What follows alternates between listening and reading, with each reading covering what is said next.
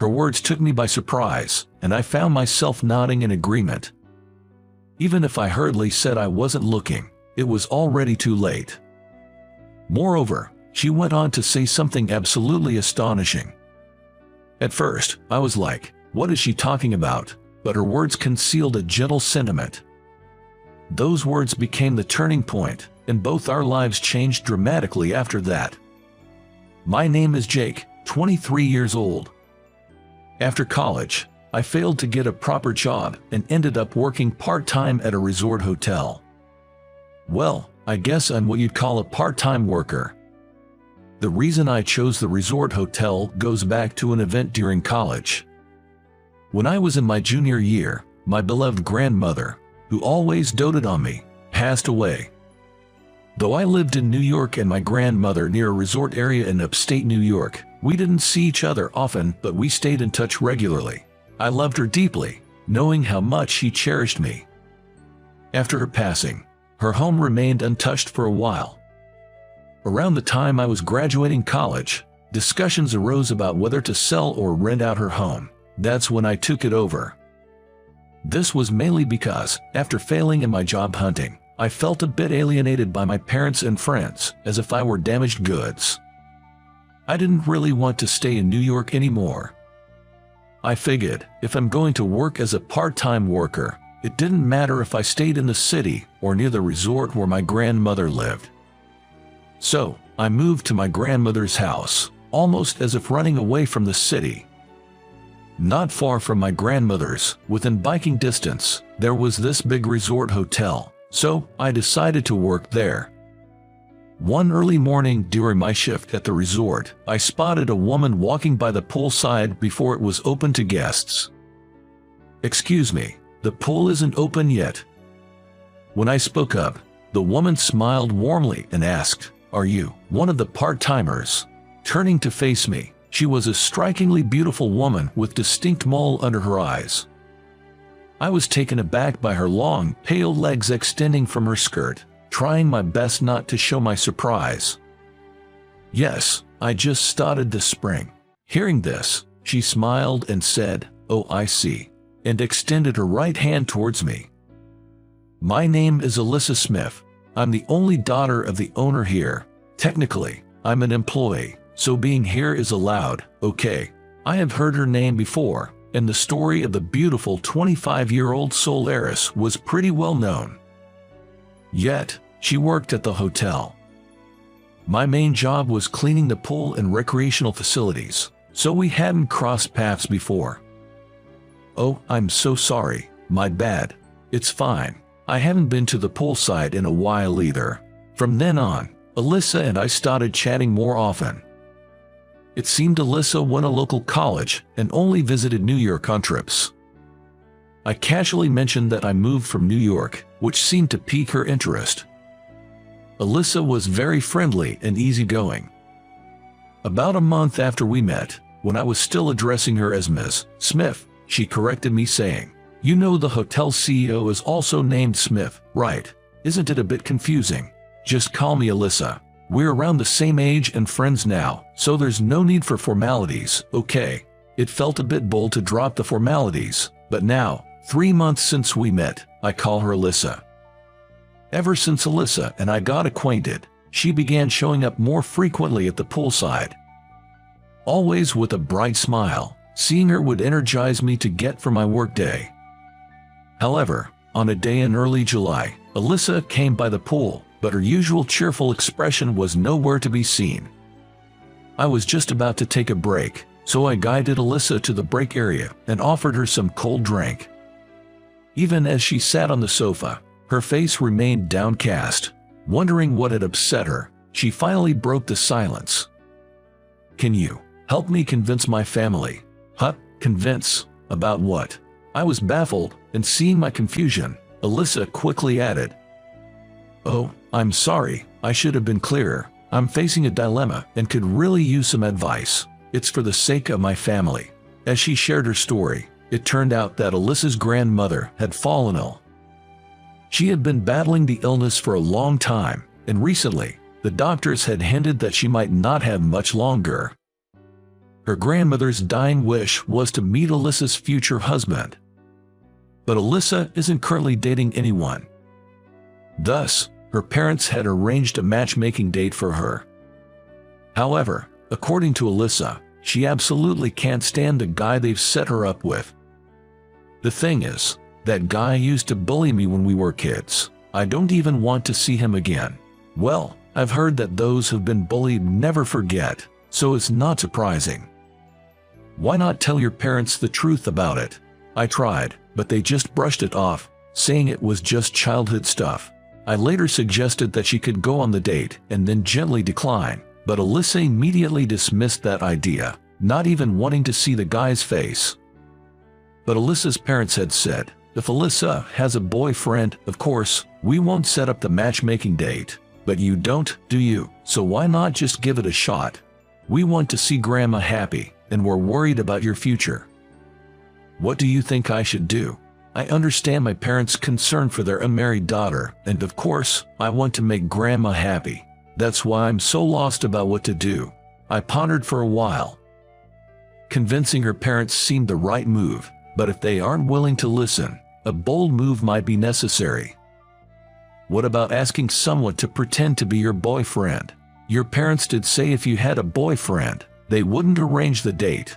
At first, Alyssa stared blankly, but a few seconds later, her eyes were sparkling. That's it. And suddenly, she started taking off her clothes.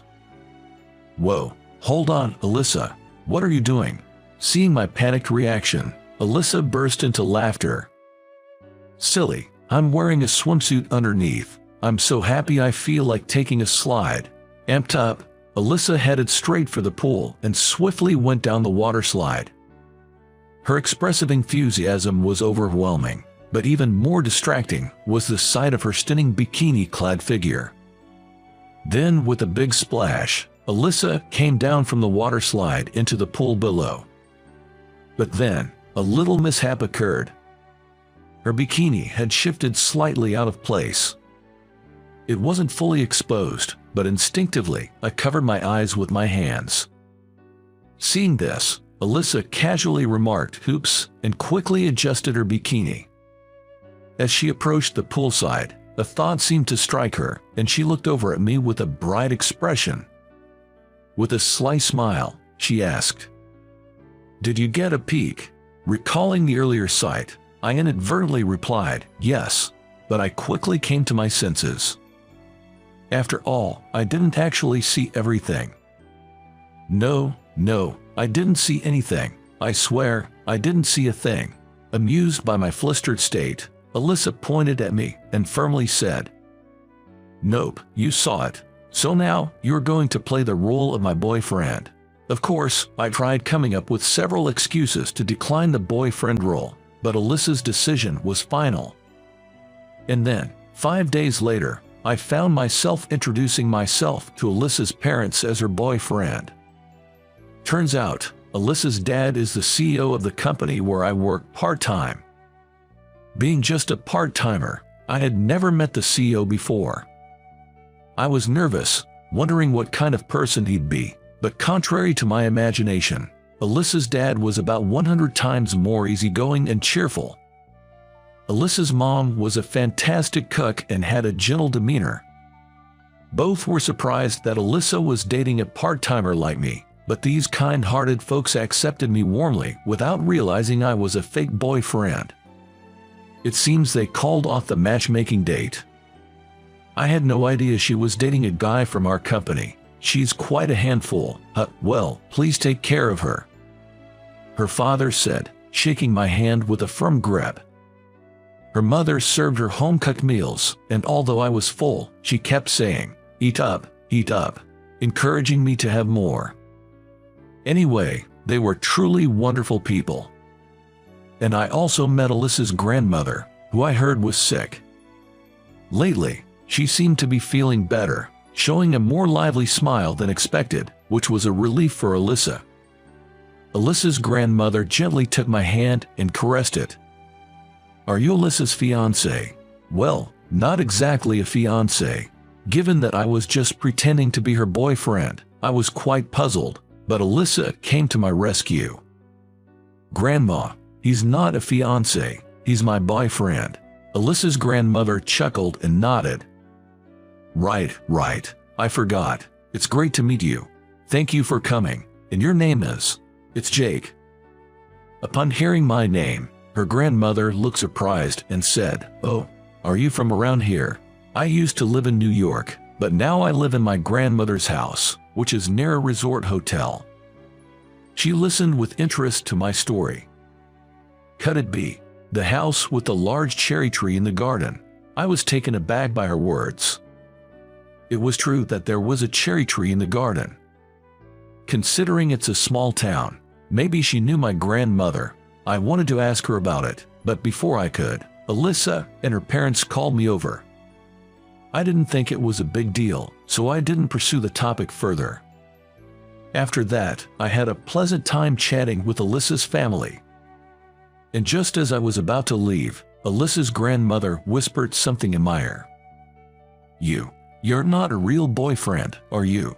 "What?" I was completely taken aback, realizing that our fake boyfriend plan had been exposed. "Haha, I can tell. Is it the wisdom of age or something? The way you and Alyssa interact, it seems a bit off. Did Alyssa ask you to do this for me and her parents?" "Well, yes." I foolishly nodded in agreement, but the grandmother was still smiling warmly at me.